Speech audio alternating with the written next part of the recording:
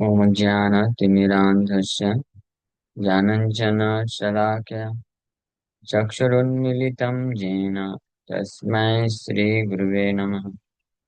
नमो विष्णुपादाय कृष्णप्रेष्ठाय भूतले श्रीमते भक्तिवेदान्त स्वामिनिति नामिने। नमस्ते सारस्वती देवे गौरवाणी प्रचारिणे निर्विशेष शून्यवादी पाश्चात्य देश तारिणे नित्यानंद नमस्तुभ्यं प्रेमानंदप्रदायिने कलौ कल्मषनाशाय जानवापतये नमः। नमो महावदन्याय कृष्णप्रेमप्रदायते कृष्णाय कृष्णचैतन्य नामने गौरतुसे नमः। जय श्री कृष्ण चैतन्य प्रभु नित्यानंद श्री अद्वैत गदाधर शिवासादि गौर भक्तवृंद। हरे कृष्णा कृष्णा कृष्णा हरे हरे, हरे राम राम राम हरे हरे। हरे कृष्णा। सो आप सभी भक्तों का हार्दिक स्वागत है आज के गौर कथा में। सो हम लोग चर्चा कर रहे हैं Shri Chaitanya Charitamrita Adi Lila chapter 13, advent of lord Shri Chaitanya महाप्रभु।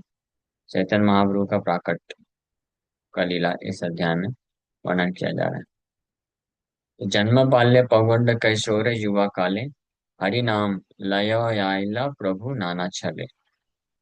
तो जन्म से लेकर के और जन्म लीला बाल्य लीला पौगंड कैशोर युवा, ये सारे अवस्था में श्री चैतन्य महाप्रभु जो लीला की उसमें नाना प्रकार नाना प्रकार के छले छले मीन्स जो उपाय बोल सकते हैं, अंडर डिफरेंट प्लीज अनेकों युक्तियों के द्वारा भगवान हरिनाम उच्चारण करवाए। जो भी लोग इन्वॉल्व थे सबसे हरिनाम करवाए। बाल्य भाव छले प्रभु करे न क्रंदन कृष्ण हरि नाम सुनि रहे रहे रोदन। In his childhood, when the Lord was crying, he would stop immediately upon hearing the holy names Krishna and Hari. तो बाल्यकाल में भगवान रोना बंद कर देते थे इमीडिएटली भगवान कृष्ण के नाम को सुनने से, कृष्ण हरि का नाम सुनने से। अतएव हरि हरि बल नारी गण देखिते आय से जेबा सर्व बंधु जन। All the friendly ladies who came to see the child would chant the holy names Hari Hari as soon as the child would cry. इसलिए जब भी निमाई बालक रोते थे तो ये जितने भी माताएं थी वो इमीडिएटली बालक के पास जाके हरी हरी उच्चारण करती थी ताकि वो शांत हो जाए। इन लीलाओं को हम लोग बहुत विस्तार से चर्चा किए थे। चैतन्य भागवत में विस्तार से वर्णन किया गया है कि कैसे महाप्रभु निमाई बालक बाल्यावस्था में जब रोना चालू कर देते थे तो शांत नहीं होते थे। जैसे ही कोई माता जी हरि बोल करते थे तो फिर वो शांत हो जाते थे इमीडिएटली। इसलिए उनका नाम गौर हरि पड़ गया। गौर हरि बल्ले तारे हास्य सर्व नारी अतएव तार नाम गौर Hari. When all the ladies saw this fun, they enjoyed laughing and called the Lord Gaurhari. From then on, Gaurhari became another of his names. सो ये देख करके सभी स्त्रियां को बहुत मजा आता था, आनंद लेती थी। क्योंकि निमाई रोता था और इमीडिएटली कोई सी स्त्रियां आके ताली बजा के हरी हरी हरी बोल करती थी। तो निमाई तुरंत रोना बंद करके हंसना चालू कर देता था, फिर शांत हो जाती थी, है ना। शांत होने पे फिर से रोना चालू, फिर ताली बजा के बोलती थी हरी बोल। फिर वापस से जो बालक है खिलखिला के हंस देता था। तो ये देख करके इसलिए जो है स्त्रियां इनको गौर हरि करके पुकारने लग गई। क्योंकि हरि हरि सुन करके ये खुश हो जाते थे और गौर वर्ण्य के थे इसलिए गौर। तो गौर नाम भी है, गौर या गौरांगा। गौर गौरांगा गौरचंद्र गौर सुंदर, ये भी नाम है। और और हरि सुनने से इनको आनंद मिलता था इसलिए गौर हरि भी नाम पड़ गया फिर। बाल्य वयस जावत हाथे कड़ी दिला, पौगंड वयस जावत विवाह न कैला. His childhood lasted until the date of Hathe Khadi, the beginning of his education, and his age from the end of his childhood until he married is called Paugand. So बाल्य लीला तब तक चली भगवान की जब तक लिखना चालू नहीं कर दी. तो लगभग मान लीजिए 4-5 वर्ष की उम्र तक. और जब हाथे कड़ी एक संस्कार होता था. तो ये एक संस्कार ये होने के बाद जो है बालक के हाथ में पेंसिल पेन दे दिया जाता था, लिखना चालू करता था. तो तब तक उनकी बाल लीला में. फिर हाथे कड़ी संस्कार के पश्चात वो विवाह के पूर्व तक पौगंड लीला चली. और विवाह के पश्चात फिर कैसौर लीला. विवाह करिले हैला नवीन यौवन, सर्वत्र लायला प्रभु नाम संकीर्तन. After his marriage his youth began. विवाह के पश्चात नवीन यौवन लीला चालू हुई. And in his youth, he induced everyone to chant the Hare Krishna Mahamantra anywhere and everywhere. और अपने यौवन लीला में, युवा अवस्था में, महाप्रभु सबको प्रेरित की हरे कृष्ण महामंत्र जप करने के लिए. स्पेशली जब गया से लौट के आए थे.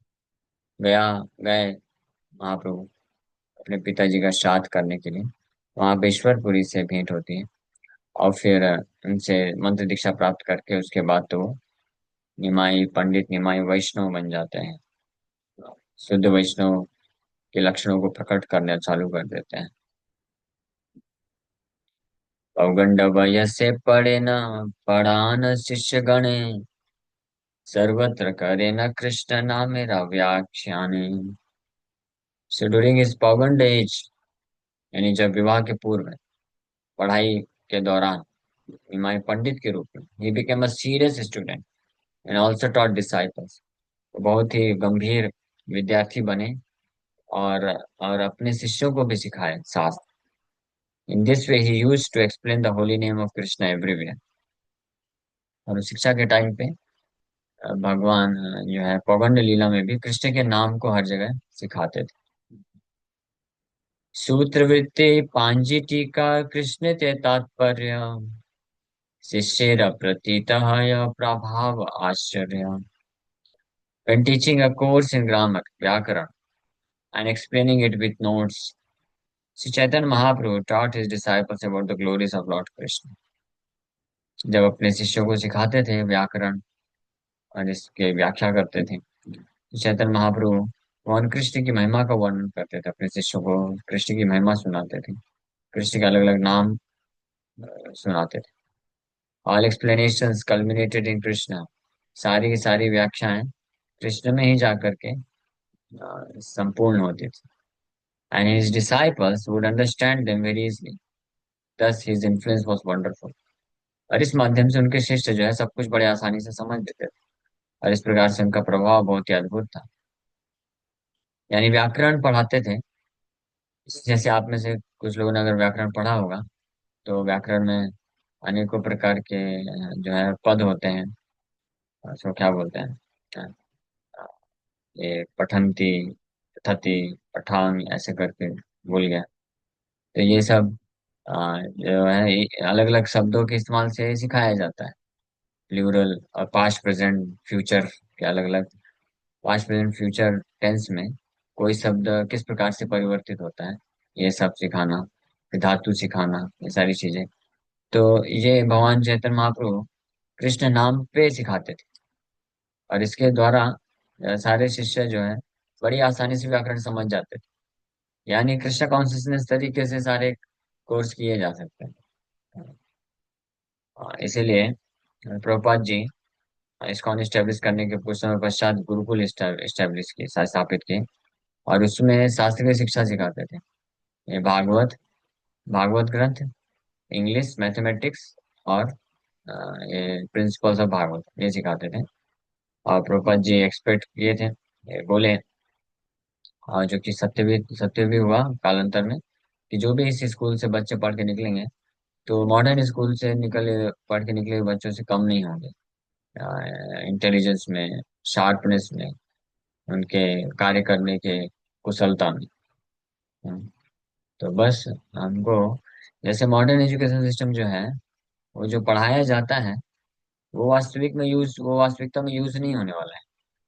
जब हम कोई जॉब करता है, आगे चल के धंधा करता है, कुछ भी काम करता है, तो उसमें जो पढ़ा है वो यूज नहीं होगा, लेकिन जो पढ़ाया जाता है उसके बल पे उसका जो है बौद्धिक क्षमता का विकास होता है, विवेक का विकास होता है, कुशल हो जाता है, बौद्धिक रूप से कुशल हो जाता है, एक्सपर्ट हो जाता है, स्किल डेवलप हो जाती है, इसलिए ना। तो इसी प्रकार से ये जो बौद्धिक क्षमता का विकास है, कुशलता है, ये ये मॉडर्न एजुकेशन सिस्टम से ही बस विकसित नहीं हो सकती है। ये कोई गुरुकुल पद्धति के अनुसार भी अगर पढ़ाई करेगा तो उतना ही सक्षम हो जाएगा, उतना ही कुशल हो जाएगा बौद्धिक रूप से। ये ये बात सत्य है, क्योंकि पहले के समय में मॉडर्न एजुकेशन सिस्टम नहीं था। वैदिक गुरुकुल में लोग पढ़ते थे बच्चे, और बड़े एक्सपर्ट होते थे, कार्य कुशल हो जाते थे, स्किल उनके पास होती थी, और आगे चल के फिर वो कोई भी कार्य कर पाते थे। तो ये पर्पज है एजुकेशन का। एजुकेशन का पर्पज है, टू फोल्ड पर्पज था पहले के समय में, दो पर्पज उद्देश्य थे। एक कि बच्चों को बौद्धिक रूप से कार्य कुशल बनाया जाए, स्किल्ड पर्सन बनाया जाए, और साथ ही साथ में उनके हृदय में धर्म के प्रति, मान के प्रति चेतना विकसित की जाए। तो वैदिक शास्त्र को पढ़ने से, पढ़ाने से व्यक्ति ये दोनों कार्य को प्राप्त, जो दोनों उद्देश्यों की पूर्ति हो जाती है। Sirajiv Goswami compiled a grammar in two parts named Laghu Harinamamrita Vyakaran and Brahad Harinamamrita Vyakaran. If someone studies these two texts in Vyakaran or grammar, he learns the grammatical rules of the Sanskrit language and simultaneously learns how to become a great devotee of Lord Krishna. हमारे एक महाराचार्य हैं सजीव गोस्वामी, वो grammar के दो books लिखे हैं grammar सिखाने के लिए, लघु हरि नामामृत व्याकरण और बृहद हरि नामामृत व्याकरण। इस व्याकरण को अगर कोई पढ़ेगा और पढ़ाएगा तो इससे वो संस्कृत के ग्रामर के नियम भी सीख जाएगा, और साथ ही साथ में भगवान कृष्ण का महान भक्त बन जाएगा। लेकिन अगर जो नास्तिक संस्कृत व्याकरण कोई पढ़ेगा, नास्तिक लोगों के द्वारा लिखा हुआ, तो इससे बस केवल व्याकरण ही सीख सकता है व्यक्ति, और भगवान का भक्ति नहीं प्राप्त कर पाएगा। लेकिन वैष्णव आचार्य के द्वारा लिखे हुए व्याकरण अगर कोई रेफर करता है और इसको पढ़ाता है तो बच्चे व्याकरण भी सीख पाएंगे, और साथ ही साथ में कृष्ण के महान भक्त भी बन जाएंगे। So in the Chaitanya Bhagavat Madhya Khand first chapter, there is a statement about the method by which Lord Sri Chaitanya Mahaprabhu taught grammar. चैतन्य भागवत में इसका वर्णन किया गया है कि भगवान श्री चैतन्य महाप्रभु अपने स्टूडेंट्स को कैसे व्याकरण पढ़ाते थे। Lord Chaitanya Mahaprabhu explained the aphorisms of grammar to be eternal, like the holy name of Krishna. Grammar के जो सूत्र होते थे, व्याकरण है, तो उसको चैतन्य महाप्रभु सनातन प्रिंसिपल, भगवान के हरि नाम के समान से एक्सप्लेन करते थे। As stated in the Bhagavad Gita, Vedas Sarvaraham Vedya. The purport of all revealed scriptures is understanding Krishna. Therefore, if a person explains anything that is not Krishna, he simply wastes his time laboring hard without fulfilling the aim of his life. If one simply becomes a teacher or professor of education but does not understand Krishna, it is to be understood that he is among the lowest of mankind. As stated in the Bhagavad Gita, Radhama Maya Pratajnana. If one does not know the essence of all revealed scriptures, but he still becomes a teacher, his teaching is like the disturbing braying of an ass.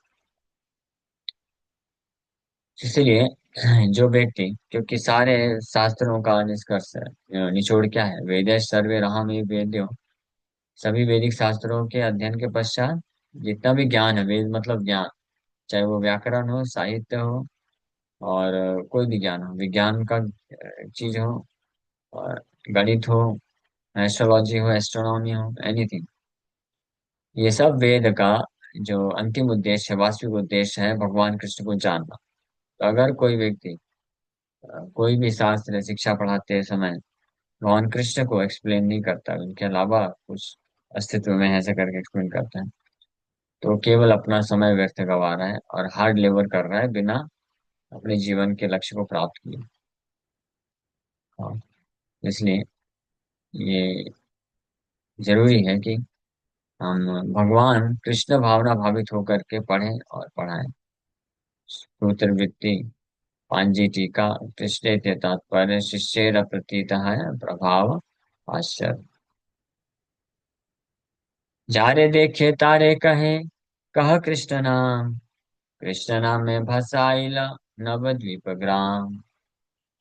And में Lord Chaitanya Mahaprabhu was a student, जब वो एक विद्यार्थी थे Chaitanya Mahaprabhu, he asked whenever he met to chant the Hare Krishna Mahamantra. In this way, he inundated the whole town of Navdeep with the chanting of Hare Krishna. और जब विद्यार्थी थे तब महाप्रभु जिसको भी देखते थे उसको इंड्यूस करते थे, उनको पूछते थे, रिक्वेस्ट करते थे हरे कृष्ण महामंत्र जप करने के लिए।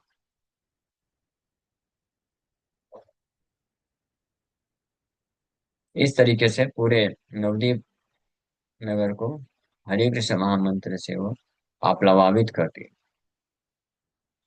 So the present Navadip Dham is but a part of the whole of Navadip. Navadip means nine islands. These nine islands, which occupy an area of land estimated at 32 square miles, are surrounded by different branches of the Ganges. These nine islands, ये जो नौ islands हैं और द्वीप हैं, ये लगभग 32 square मील,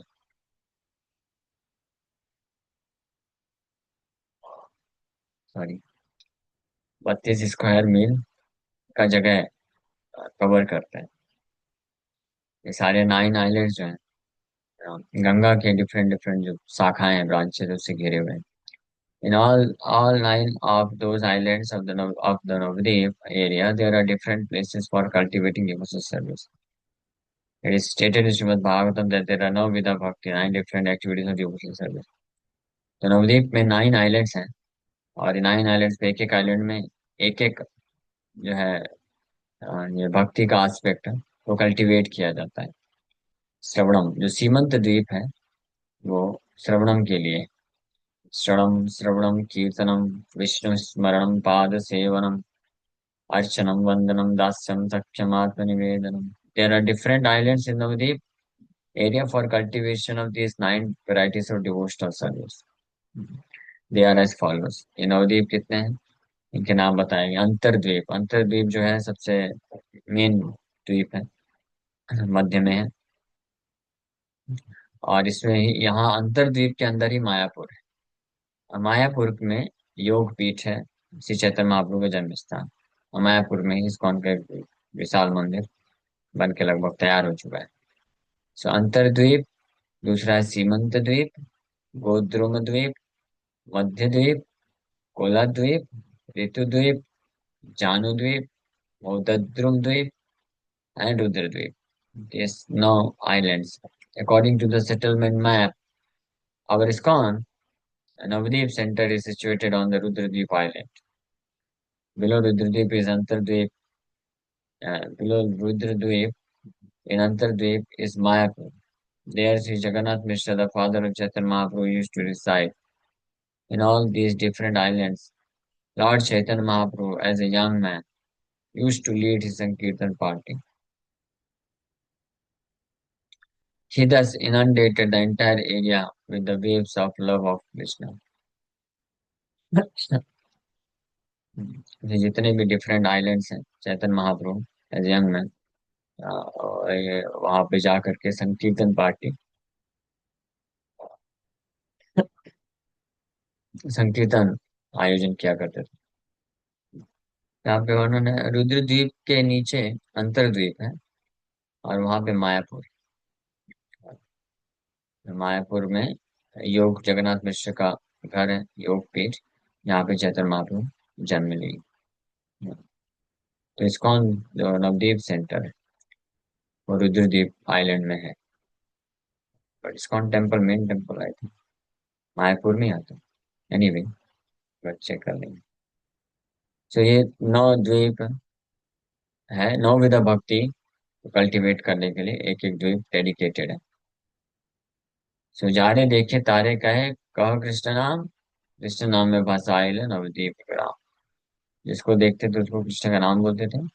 इस प्रकार से कृष्ण नाम के द्वारा पूरे नवदीप ग्राम को महाप्रभु बसाइल, बसाइला मीन्स इनंडेट कर दिया, यानी डुबा दी कृष्ण नाम के बल पे। किशोर वय से आरंभिल संकीर्तन, रात्र दिन प्रेम नृत्य संगे भक्तगण। Just prior to his youthful life, he began the Sankirtan movement. Day and night he used to dance in ecstasy with his devotees. अपना किशोर वयस से,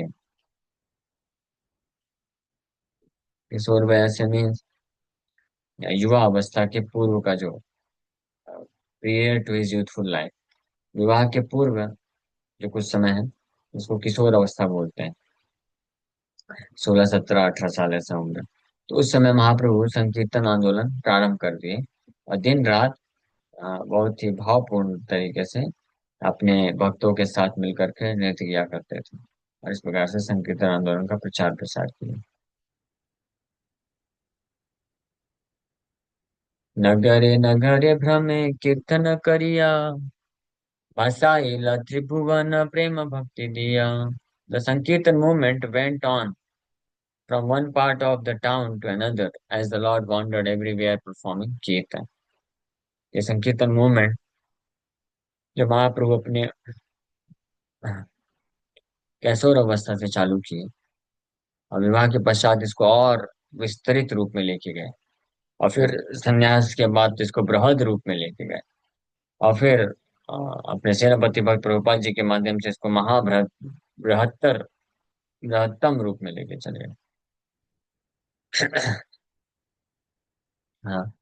तो ये संकीर्तन मूवमेंट को महाप्रभु नवदीप शहर के एक जगह से दूसरी जगह तक लेके गए, अ, जो वो कीर्तन करते हुए हर जगह अ, भ्रमण कर रहे थे।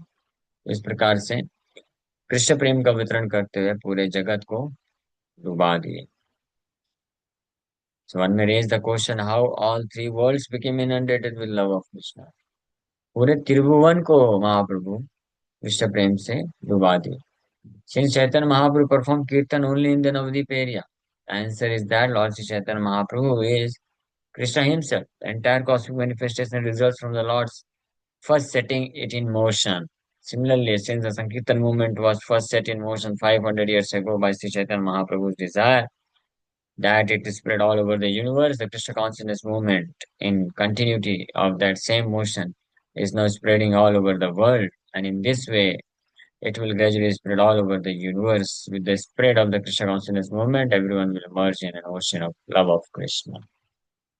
जय हरि बोल। सो यहाँ पे कविराज गोस्वामी लिख रहे हैं कि महाप्रभु नगरे नगरे भ्रम कीर्तन करिया, भसाइला त्रिभुवन प्रेम भक्ति दिया। कि नवदीप में नगर नगर में भ्रमण किए, कीर्तन चालू किए, और उसके पश्चात फिर पूरे त्रिभुवन को डुबा दिए कृष्ण प्रेम का, कृष्ण प्रेम भक्ति दे करके। तो पूरे ब्रह्मांड में कैसे किए, इसका उत्तर दे रहे हैं। तो जैसे वह चैतन्य महाप्रभु स्वयं कृष्ण है, जिस प्रकार से कृष्ण जो है फर्स्ट, जब ये पूरा जो भौतिक सृष्टि है, ये भगवान from the lord's first setting it in motion, पूरे भौतिक सृष्टि को भगवान के द्वारा पहला पुश दिया गया। उसके बाद फिर सिक्वेंशियल जो इवेंट्स हुए, एक के बाद एक के बाद एक के बाद ऐसे पूरी सृष्टि बन गई, पूरी सृष्टि में सारे कार्य होने लगे। उसी प्रकार से नवदीप में प्रकट होकर के महाप्रभु संकीर्तन मूवमेंट को he first set in motion, this sankirtan movement, इसको चलायमान किए, चालू किए हाँ, सबसे पहले नवदीप से। फिर धीरे धीरे ये नवदीप से होकर के कृष्णा कॉन्शियसनेस मूवमेंट प्रभुपाद जी के इस्कॉन संस्था के माध्यम से ये भी पूरे विश्व में फैल गया है, और ये आगे चल के पूरे ब्रह्मांड में फैल जाएगा। है ना। अब पूरे ब्रह्मांड में कैसे फैलेगा, क्या है वो चैतन्य महाप्रभु को मालूम है, ठीक है। तो वो कुछ भी कर सकते हैं इस परम भगवान। लेकिन यहाँ पे लिखा है त्रिभुवन, यानी स्वर्ग इत्यादि लोकों में, पाताल से लेकर के स्वर्ग ब्रह्मलोक तक हरे कृष्ण महामंत्र का कीर्तन और नाम जप होगा, हो रहा है, होगा। ये फैल रहा है, अभी पूरे विश्व में फैल चुका है। ओके, ठीक है, हम लोग यहीं पे विराम करते हैं। Thank you very much. Hare Krishna. किसी बात का कोई प्रश्न है?